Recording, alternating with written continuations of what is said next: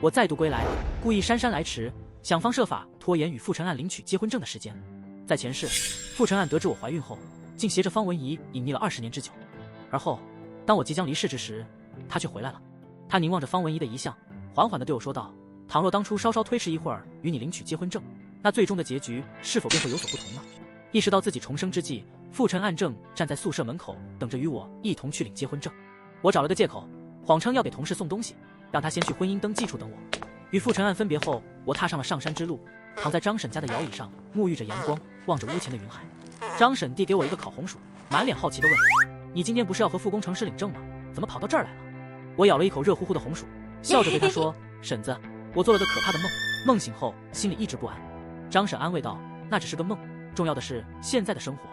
你和傅工程师结婚后，还有很多美好的事情呢。”我怔了一下，随即笑着点了点头。婶子说的对，我在这儿待会儿就走。和傅晨案结婚，这辈子是绝不可能了。前世，我和傅晨案领完结婚证，刚走出婚姻登记大厅，他就迎面撞上了一个姑娘，名叫方文仪，住在我们工作的村子。回去的路上，傅晨案一直沉默不语。我以为他是因为成为了人夫，有了与女同志保持距离的自觉。然而，直到我快要离世时，才得知那一撞让傅晨案对方文仪一见钟情。他并非在避嫌，而是在懊悔为什么不能晚一天和我领证。那天之后，傅晨案对我冷淡了许多，总是一个人面向村子的方向发呆。我问他原因，他却避而不答。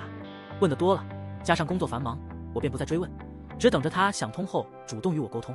村子的项目结束后，我和傅晨案被派往不同的项目组，不得不两地分居。我以为这只是暂时的，可后来每次的派遣，他都离我很远。我跟傅晨案提起此事，他只是淡淡的说服从组织安排。直到有一天，我回去述职，听到同事们的对话，才知道除了第一次分开派遣外，之后的每次都是傅晨案主动向上级申请的结果。我和傅晨案大吵了一架，事后他抱着我道歉，但始终不肯说明原因。天亮后，傅晨案离开了，我觉得我和他的婚姻走到了尽头。意外总是来得猝不及防，我怀孕了。得知自己怀孕后，傅晨案一改之前的冷淡，开始贴心地照顾我的生活。他笨拙地学着做饭，将耳朵贴在我的肚皮上听宝宝的动静，每晚还陪我一起散步。然而突然有一天，傅晨案失踪了。我问了很多人，找了他很久，却没人知道他去了哪里，也没人能告诉我他是生是死。我开始独自去孕检，独自生孩子，独自带孩子去医院，独自将孩子养大，还独自操办了双方父母的葬礼。我以为他已经死了，可当我回光返照的时候，他却突然出现在我面前。这时我才知道，这20年来他一直和方文仪在一起，他们收养了一个儿子，把全部的爱都给了他。只是方文仪因心中有憾，先他一步离开了人世。临走前的遗憾便是没能成为他的妻子。傅晨案说他对不起我，又怨恨我，我觉得很没道理。既然不爱我，为什么不早点告诉我？他完全可以和我离婚，给方文仪一个家，而不应该抛弃妻儿，不管不顾父母。他有什么资格怨恨我？我在张婶家待了1个小时，与他告别后，直奔婚姻登记处。当我到达时，正好看到傅晨案将方文仪扶起，他盯着方文仪，久久不愿移开目光。原本有些愠怒的脸上露出了惊艳之色。上辈子我忙着扶起方文仪与他交谈，没注意到傅晨案的异样。如今站在路人的角度来看，一切都那么明显。晨案，我来了，你等急了吧？看到我出现，傅晨案浑身一僵，很快变得慌乱起来。啊，微微，你来了。我注意到方文仪看向我时，神色复杂，眼中带着嫉恨。等我再看过去时，他已恢复正常，仿佛一切都是我的错觉。我很好奇，这辈子结婚证还没领，傅晨案提前遇到了方文仪，他会如何选择？是与我分手，选择方文仪，还是继续像上辈子那样和我领证，却与方文仪双宿双飞？时候不早了，我们进去领证吧。我装作着急的样子。傅晨案的脸色变得苍白。哎呦，我脚疼。方文仪适时的痛呼打破了一瞬间的寂静。上辈子方文仪没受伤，这辈子怎么就受伤了呢？而且伤得那么巧，难道她也重生了？我带着审视的目光看着方文仪，却什么也没发现。傅晨案带着方文仪去了卫生所，大夫说除了再晚一会儿就会愈合的伤口，没有其他问题。方文仪羞得满脸通红，傅晨案却显得很高兴。回去的路上路过婚姻登记所，傅晨案脸上带着纠结。微微，他们下班了，要不我们明天再来？我淡淡的说，再看吧，领证也得选个好日子，只是这辈子都不会有适合领证的好日子了。我唇角微微上扬。傅晨案叹了口气，好，回去跟张婶说。我和傅晨案是骑着自行车来的，回去的时候，方文仪毫不犹豫地坐上了傅晨案的车。傅晨案看着我，有些尴尬，但也拒绝。我装作没看见，骑着自行车先走了。风吹过，传来文仪和傅晨案的说话声，听不清他们在说什么，但听出语气中的开心，还有傅晨案隐忍的笑容。我有多久没见过傅晨案笑了？上辈子遇到文仪后，他面对我时就再也没有笑容。可如今，这些对我来说都已经不重要了。走进村子，村民们看到方文怡坐在傅成安的车上，一只胳膊搂着他的腰，他们看着我，不是对我眨眼，就是咳嗽摇头。我知道他们想表达什么，但我还是微笑着回了宿舍。为了筹备婚礼，傅成安早早地租下了婚房，大部分东西都已搬运过去。我偶然路过婚房，便停下脚步驻足观望。婚房左右各有一间卧室，中间是堂屋，还附带一个小院子。前世，我从婚姻登记处归来，看到家中张贴的大红喜字，心中满是甜蜜。谁能想到，在领证结婚的前一天，新郎满心欢喜地忙着布置婚房，然而到了洞房花烛夜，却遭遇了尴尬的状况。那一晚，如同往后无数个孤独的夜晚般，我们静静地躺在床上，什么都没做，却又都久久难以入眠。尚未等到傅成安归来，我推着自行车回到了宿舍。一进宿舍，我从抽屉里取出了调任书。所谓调任，实际上是回去后等待着我的是升职加薪的机会。前世因为要与傅成安结婚，我放弃了这次难得的机遇。3个月后，我们被分派到了不同的地方。之后，傅成安便有意的与我天南地北相隔。后来我怀孕了，傅成安却失踪了。我独自一人，不仅要抚养孩子，还要照料双方的父母，工作上也变得力不从心，逐渐从关键部门被调到了边缘部门，一辈子都未能获得升职加薪。上小学的儿子每当看到我平庸忙碌的模样，总是满脸嫌弃的说道：“别人的妈妈都长得那么好看，你为什么就不能像别人那样好好打扮自己呢？像什么？像方文怡。”越是回忆过往，我越是心惊。原来那个时候，儿子就已经与他失踪的父亲有了联系，而他却替他隐瞒了一辈子，实在是可笑至极。吃晚饭时，傅成安没有像往常那样来找我，我自己拿着饭盒去食堂打饭。在食堂里，我看到傅成安和方文怡面对面坐着，相互给对方夹菜。不知傅成安说了什么，方文怡捂着嘴笑了起来。看到我后，傅成安先是一愣，随即急忙站起身来说道：“微微，你来了。那个小姨刚回家，家里没吃的，我先带她过来吃点东西。原本是想着等下帮你带一份的，没想到你这么早就来了。早吗？食堂里吃饭的人已经不多了，剩下的菜也没几样。”我不禁想起了前世。我们领完证回来后，傅成安说去食堂打饭，可我等了很久他才回来。回来时却两手空空，只是淡淡的跟我说食堂的饭菜没了，让我忍一晚上。那一晚要说有什么声音，那应该就是我饿着肚子咕咕叫的声音。原来前世的这个时候，傅成安就已经开始照顾方文怡了。我没有说话，从他身边走过，将剩下的菜打包带回了宿舍。饭刚吃到一半，宿舍门被敲响了，是傅成安和方文怡。傅成安看着我，神色复杂，轻咳一声后说道：“微微，我想跟你商量个事。”我看着他，没有作声。傅成安看了看站在他身边小心翼翼的方文怡，眼中满是温柔。再次开口时，语气中多了几分坚定：“微微，那个小姨刚从城里回来，你也知道，他家就他一个人，家里好久没人住了，需要打扫一下。你看我们现在还没扯证，我想，要不把咱的婚房暂时借给小姨住几天。”我看了看方文怡，她像受惊的兔子一样，瑟缩着躲到了傅成安身后。前世今生，我看到了两个截然不同的方文怡。要说方文怡没有重生，我都难以相信，但我没有时间陪她演戏。这个男人我不要了，方文怡做再多，在我看来都是多余的。好啊，那是你的房子，你说了算。傅成安没想到我会如此痛快的答应，他原本准备好的说辞突然卡在了嗓子眼，上也不是，下也不是。不过我不喜欢别人动我的东西，等会儿我会去把我的东西收走。傅成安愣了一下，连忙说道：“不用不用，我会把你的东西收拾到另外一个房间。”原来他不仅想让方文怡住进我们的婚房，还想让她睡我们的婚床，真是太可笑了。我看到方文怡也勾起了唇角笑了起来。吃过晚饭后，我拿着手电筒去婚房收拾东西。到的时候，傅成安正忙着帮方文怡铺床，用的还是我为新婚夜精心挑选的新床单。傅成安看到我有些诧异：“微微，你怎么来了？东西我都帮你放到我那个房间了。”哦，我应了一声，转身去隔壁房间拿东西。傅成安追了过来，神色复杂，眼中透着我看不懂的情绪。微微。这时方文怡从房间里跑了出来：“陈安哥哥，那个床单是你和微微姐结婚要用的吧？让给我睡会不会不太好？”“我没关系的，睡到脏衣服上也可以。”方文怡越说声音越小。我看到傅成安看向他时，眼底透着怜惜。他看向我说道：“微微，你看家里的床单都是新的，这条床单我怎么可能错过？”方文怡眼底那一闪而过的得意，只是他还不知道傅成安这样一个渣男，自打我重生的那一刻起就不再想要了。我无所谓的说道：“这条床单是用你的钱买的，你说了算。”“谢谢微微姐，陈安哥哥，你们对我太好了。哇，没想到有一天我也可以住进陈安哥哥的婚房，睡上陈安哥哥的婚床。”这话怎么听怎么不对劲。傅成安也感觉到了，但他看向我，没有说话，好像在试探我的底线。方文怡说完，好像意识到了什么似的，捂着嘴，装出一副做错事的样子。“对不起，对不起，微微姐，对不起。我其实……你别误会，我跟陈安哥哥其实没什么的。我看我还是睡脏衣服好了。说着就要去拿包裹里的脏衣服，傅晨岸连忙制止了他。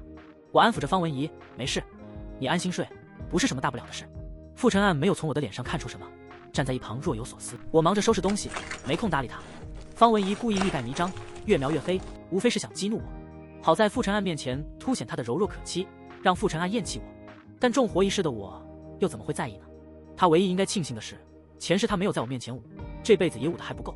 我靠近方文怡，在他耳边说道：小姨妹妹，你想多了，我怎么会在意呢？你的陈岸哥哥也是为你好，这有什么不能理解的？他就是娶你，我也没意见啊，只是不知他会不会娶你。我看着方文怡，笑着对他眨了眨眼睛。方文怡闻言，脸色十分难看，他想不明白，我与前世那个蠢钝可欺的微微怎么不一样了。但很快他意识到了什么，在看向我时一脸得意。我将自己的物品整理妥当，扛起包裹准备离去。就在此时，傅晨岸突然在身后叫住了我，他快步上前，想要接过我背上的包裹，却被我拒绝了。我心中冷笑，方文怡都已经重生了，上辈子他做了一辈子的第三者，这辈子我可不想再被牵扯其中。他把傅晨岸当作私有物，我可不想惹一身麻烦。傅晨岸看到我躲避的动作，眼中满是受伤。微微，你在生气吗？我可以给你解释。稀奇，上辈子他宁愿浪费我一辈子也不肯开口，这辈子却突然张嘴了。但我已经知道他要说什么，无非就是打着照顾的名义做着情感游离的事。解释那是多此一举，更何况方文怡也不会同意啊。果然，听到方文怡的尖叫，傅晨岸再也顾不上送我，掉头就往屋里跑。我嗤笑一声，拽了拽背上的包裹，继续前行。上辈子我与傅晨岸结婚21年，在45岁那年离世，这个年纪算得上英年早逝了。当出生那个白眼狼的时候，我难产大出血，身体底子就是在那个时候变差了。之后身体还没恢复好，我既要照顾儿子，又要照顾傅晨岸无理取闹的父母，还要一边工作一边四处寻找傅晨岸，身体状况越来越差，能把儿子抚养到20岁，已经是我竭尽全力的结果了。自从傅晨岸失踪后，我就没睡过一个安稳觉。如今重活一世，我没有嫁给傅晨岸，没有因为操劳而透支生命，身体十分健康，终于可以安安稳稳的睡个好觉了，一夜无梦。这是2辈子以来第一次睡了个好觉。第二天，我向领导请假，并告知领导我同意调任的事情。领导很奇怪，你不是说和傅公结婚后不想和他分居吗？我摇了摇头，我不会和他结婚，对我来说，现在最重要的是事业。领导看着我，欣慰的笑了。上辈子领导也曾劝过我，他说我的能力可以有更高的发展，是我被迷了心窍，为了一个渣男放弃了这么好的机会。我让领导帮我瞒着离开的事情，并和领导商量好了离开的时间。离开领导办公室后，我直奔火车站。这个时期的火车票很难买，需要排很长时间的队。当我骑车路过婚房时，透过篱笆墙看到傅晨岸和方文怡一起蹲在院子里刷牙。傅晨岸熟练自然地拿起晾衣绳上的毛巾，亲手帮方文怡擦手。方文怡看向他，一副深情款款的模样，看来经过一晚上，他们之间似乎有了很大的变化。看到我骑车从门口经过，傅晨岸的脸色变得苍白，赶忙与方文怡拉开距离。我收回目光，完全不理会他们，一个做贼心虚，一个眼神受伤。我凭着记忆来到火车站，把自行车寄放好后，跟着人流进入售票大厅。这个时期出远门的人，每个人身上都背着大包小包，小到针头线脑，大到被褥箩筐，能带上火车的都带上了。我看着拥挤的人潮，最后决定尽可能少带东西，特别是占空间的大件物品，能卖的就卖了，不能卖的就送人。排了好久的队，在站票和卧铺票之间，我还是选择了卧铺票。上辈子苦了一辈子，这辈子我只想对自己好一点。离开火车站时，已经到了下午。时隔一辈子，我没有经验，忘记带吃的就去排队买票，错过了中午饭。此时的我已经饿到前胸贴后背。我一路询问，找到了上辈子和傅晨岸来过的国营饭店。那时候我和他在同事的介绍下约在这里相亲。傅晨岸长得很帅气，皮肤白净，是我喜欢的干净类型，而且我们都是技术工种。当时想着以后2家来往会很方便，他对我的外形条件也很满意，我们决定试试看。恋爱期间，他对我虽说不上特别好，但也不坏，生活上处处照顾我，工作上遇到难题也会和我一起解决。我和他之间没有多少爱的怦然心动，更多的是合适。我以为我会和他安宁平静的过一辈子，没想到他突然给了我一个重磅炸弹。傅晨岸在我们相处2个月后向我求婚，那个时候的他看起来很开心，可终究是青梅竹马抵不过天降。方文怡的出现让他找到了心动的感觉，他的情感开始游离，情不知所起，一往情深。可他不该为了爱自私的抛下一切，蹉跎我的一生。停好自行车，我进入国营饭店。这个时间点人不多，所以我一眼就看到坐在角落里的傅晨岸和方文怡。方文怡最先看到我，她站起来热情地向我招手：“微微姐，你是要吃饭吗？正好我和晨岸哥哥一起，你也来吧，别客气，就是多双筷子的事。”不愧是把别人老公拐走20多年的顶级绿茶，2句话就把自己放到了主位。那多不好意思，不会打扰到你们约会吧？我笑意盈盈的看了眼傅晨岸，傅晨岸明显慌了，他急忙起身帮我搬椅子。啊，薇薇姐，你别误会，我和陈岸哥哥的关系不是你想的那样，他只是觉得我太瘦了，想帮我补补。得，又让他得逞了。我无视傅晨岸的动作，走到方文怡身边坐下。傅晨岸摸了摸鼻子，尴尬的坐了下去。看到满桌子的大鱼大肉，我都震惊了。好家伙，这一顿至少得花傅晨岸半个月的工资。他对方文怡可真大方。方文怡给我夹了一块红烧肉，薇薇姐，你尝尝这里的红烧肉。陈岸哥哥说这里的红烧肉最好吃了，一定要给我点。他还说走的时候给我打包一份呢。来，你尝尝，还有鱼，鱼也很好吃，我从没吃过这么好吃的鱼。陈岸哥哥说他也会烧，等回去后他会经常做给我吃。傅晨岸会做饭，上辈子我怀孕的时候，他在厨房里手忙脚乱，不是摔盆子就是砸碗，最后还是我把他推出厨房自己下厨。原来爱是可以伪装出来的。我接过红烧肉细细品味着，的确很好吃，这个年代的东西都是货真价实的。这猪肉真的很香，那河中之鱼丝毫不见后来机油的气息，着实鲜嫩无比。我细细品味着，全然没将方文怡的话语放在心上。方文怡陡然发出一声尖叫，惊得我的筷子险些滑落。对不起啊，薇薇姐，方才被一根鱼刺给吓着了。方才我说到哪儿来着？哦，对了，薇薇姐，你可曾吃过陈岸哥哥做的菜？若没吃过，晚间不妨来家中。陈岸哥哥应承着要给我做菜呢。陈岸哥哥，是吧？哼，被鱼刺吓着，着实把我给吓着了。方文怡明显瞧见我满不在乎的模样，心中有些不悦，特意被鱼刺吓着来提醒我，显摆吧，继续显摆吧，等我一走，看你还能向谁显摆。小姨妹妹，你可真幸福呀，我与你陈岸哥哥相识许久，都不知他竟会下厨做菜。你们俩才刚认识2日，他便应承着要下厨做菜给你吃，沾你的光，我今晚可有口福了。原本是想让我妒火中烧，没想到我全然不在意。方文怡愣住了，傅晨岸的脸色在这过程中忽青忽白。我继续吃着饭，对他们的反应毫不在意。待我的小葱拌豆腐上桌，我推至方文怡和傅晨岸面前，邀他们一同品尝。此后的饭桌安静了许多，我终于能安心的吃饭了。走出国营饭店，我朝方文怡和傅晨岸打了声招呼，骑车离去。我得去邮局给爸妈打个电话。上辈子傅晨岸失踪后，我独自一人带着孩子，既要照料傅晨岸的父母，又得上班，每日忙得像个陀螺般团团转。不知为何，明明我家的家世丝毫不逊于他们家，顾父顾母却就是瞧不上我。他们非但不帮我带孩子，还想方设法的刁难我。只要我对他们有丝毫不满，他们便跑到我单位门前闹腾。那时候能有一份正式的工作实属不易，更何况我还要抚养儿子，因此我选择了忍耐。爸妈听闻我的近况后，在帮忙带孙子孙女的同时，没少给予我帮助。他们寻思着再帮我找个人嫁了，可顾父顾母得知后，跑到我爸妈面前大闹一场，说我们一家想逼死他们这2个老人。不仅如此，每当有男士愿意与我相亲时，顾母都会带着我儿子跟在后面，然后让儿子跑到我面前哭闹。渐渐的，便再无人愿意与我相亲了。我也断了再嫁的念头，一心一意将儿子抚养长大。在此期间，因为顾父顾母，我爸妈没少受委屈，更多的是为我担心。直到他们离世，最放心不下的仍是我。电话很快接通，时隔一辈子再次听到爸妈的声音，我落泪了。爸妈听出我声音中的哽咽，十分担忧，他们以为是傅晨岸欺负我，气冲冲的要过来找傅晨岸算账。我安抚好他们，将最近发生的事情以及我的决定都告知了爸妈。电话那头，爸妈沉默了许久，最后只说如果这是我深思熟虑后的结果，他们尊重我。我这才松了口气。我把自己调回去的事情告诉了他们，离开的火车票在3天后。爸妈说届时一定会做许多我爱吃的菜，在家等我。回到宿舍，打开门，发现傅晨岸坐在我的书桌前，手中正翻看着学习资料。差点忘了，我宿舍的钥匙他也有一把。看到装有调人报告的抽屉上的锁，我松了口气。如今与傅晨岸的关系尚且不明，我不想在离开之前再出什么岔子。傅晨岸看到我回来，赶忙起身给我倒水。他似乎有话要说，却一直犹犹豫豫不敢开口。我坐在床上，缓缓喝着茶水，静静地等着他。终于他忍不住了，转正身子看向我，微微，我和小姨并非你所想的那样。我咽下口中的茶水，淡淡地道，我想的哪样？傅晨岸一时语塞，可我毕竟经历过一世，目睹过经历过自己悲惨的一生，即便傅晨岸解释1000万次，于我而言也不过是废话罢了。我上辈子临死前，他在我的病床前说过，他对方文怡一见钟情，那是真爱，并非我与他的感情所能比拟的。我更像是他和方文怡感情中的第三者，是瑕疵，是肉中刺。微微，不管你信不信，我只是觉得方文怡父母都已离世，他孤身一人，着实不易，所以才想多照顾他一些。傅晨岸向我解释时，眼神飘忽不定，根本不敢直视我的眼睛。我又怎会相信他？但我还是说道，好，我信你。你可以离开了吗？我忙碌了一天，想休息了。哦，对了，麻烦把我宿舍的钥匙留下。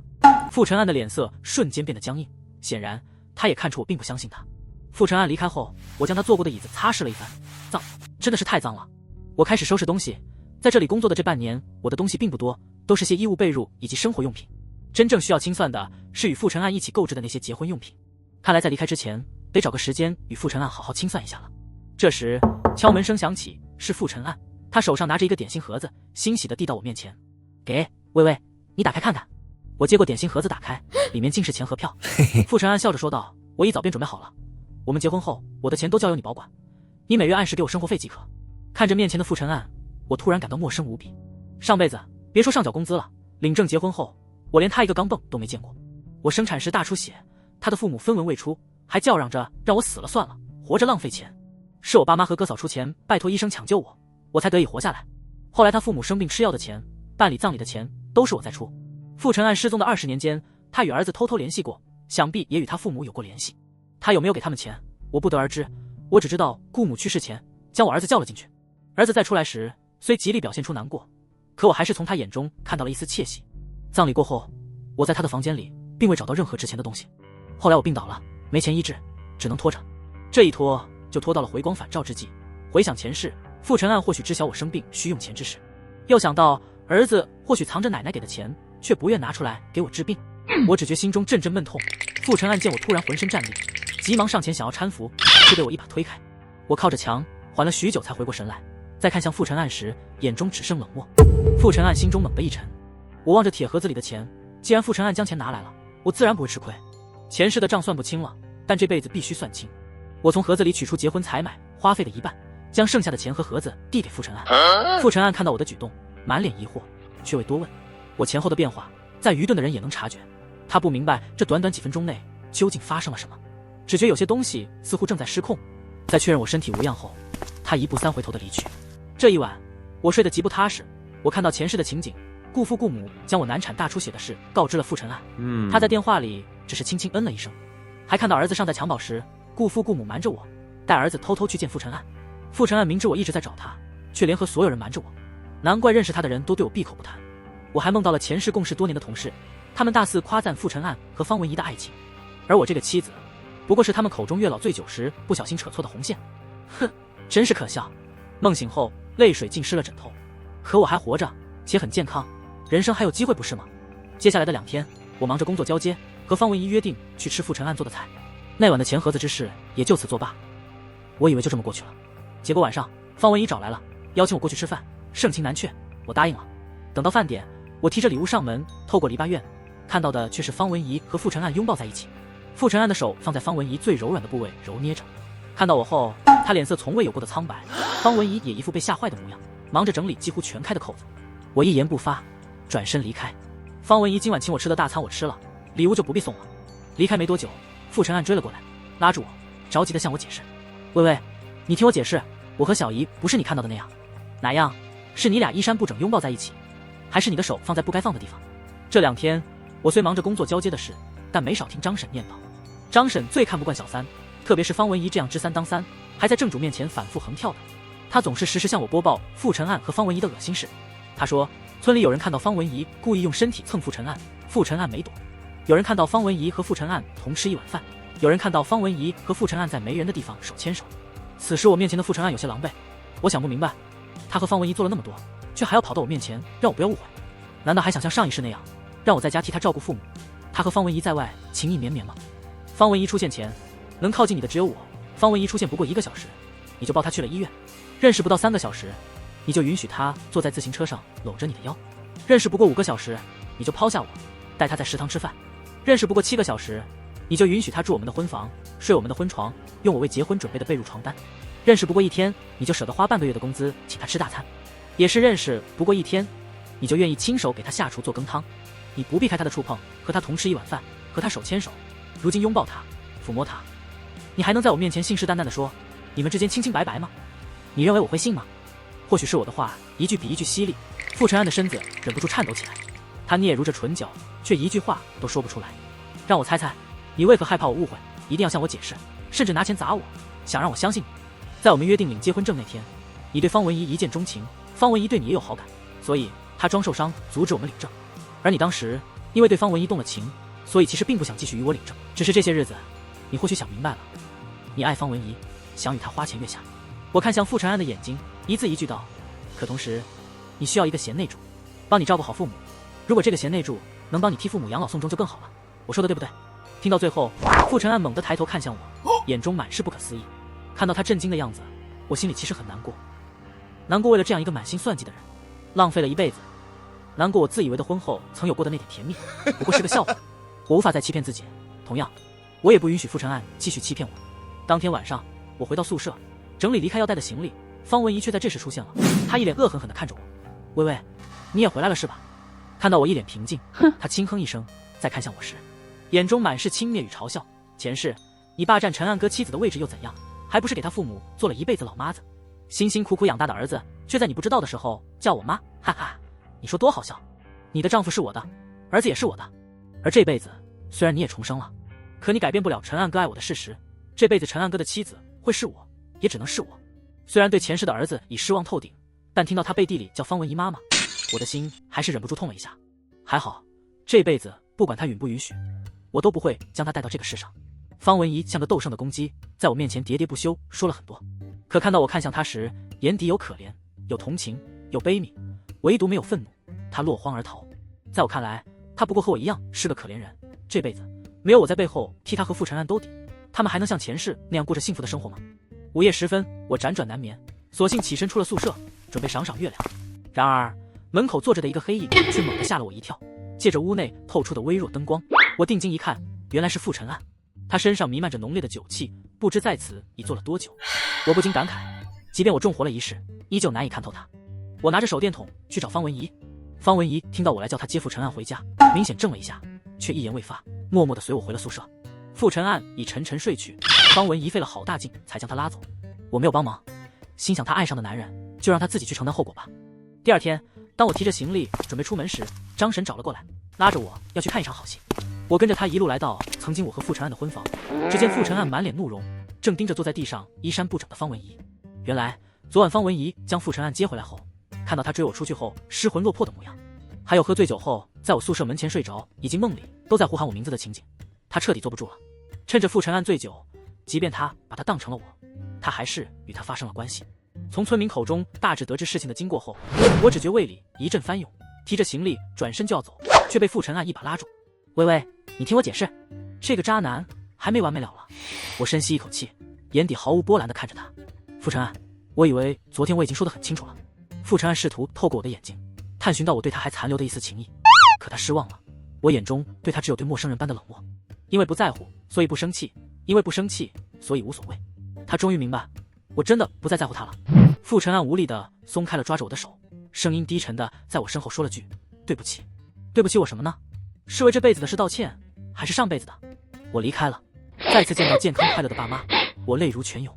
重生后的每一天看似轻松，可心底始终像压着一座大山。那是我的一生啊，沉重的让人窒息，我又怎会轻易放下？若要将傅晨岸和方文怡千刀万剐，我都觉得不解恨。但我有爸妈，有哥嫂，不能为了这两个烂人毁了我重新开始的人生。直到此刻，看到尚未被我拖累、健健康康的爸妈，我才卸下了心头的重担，感受到了前所未有的轻松。陪爸妈过了几天温馨的日子后，我重新投入到工作中。没有了儿子和父母的拖累，我的工作进展得十分顺利。没多久就升职加薪了，还被大学聘为教授，也算圆了我多年的教师梦。1年后，再次听到傅晨岸的消息，方文怡最终实现了她上辈子的愿望，与傅晨岸结了婚，成为了正房夫人。婚后不久，傅晨岸带着她也回来了。父母绝非善类，上辈子我家世好，工作好，他们都看我不顺眼，更别提没有工作的方文怡了。于是他们想尽各种办法折磨方文怡，顾家整日鸡飞狗跳。傅晨岸想带方文怡离开，可父母不同意，闹得要死要活。他们认为方文怡没有工作，嫁给他们的儿子是高攀，一想到方文怡坏了他们儿子的好事，就恨得牙痒痒。无论如何都不让傅晨岸带方文怡走，就是要让方文怡留在身边当牛做马伺候他们。青梅终究抵不过天降，花前月下也抵不过柴米油盐。时间久了，傅晨岸再看方文怡，也觉得不过如此。没有了傅晨岸的爱，方文怡与市井泼妇没什么两样。没多久，傅晨岸申请外调，这次没带方文怡。后来听说方文怡进行了反击，他与父母彼此相互折磨，都过得很凄惨。再后来又听说傅晨岸出轨了，方文怡一气之下跑到他单位，将他告了，说他之前趁着醉酒硬上了他。这着实让我感到意外。果然，能给一个渣男当一辈子情妇的人都不是什么善类。让我意外的还有傅晨岸，上辈子他因为方文怡的一句遗憾而怨恨我，看着方文怡的遗照悲痛欲绝，看到我离开又痛苦悔过。可这辈子我怎么也没看出他对方文怡有多深情啊！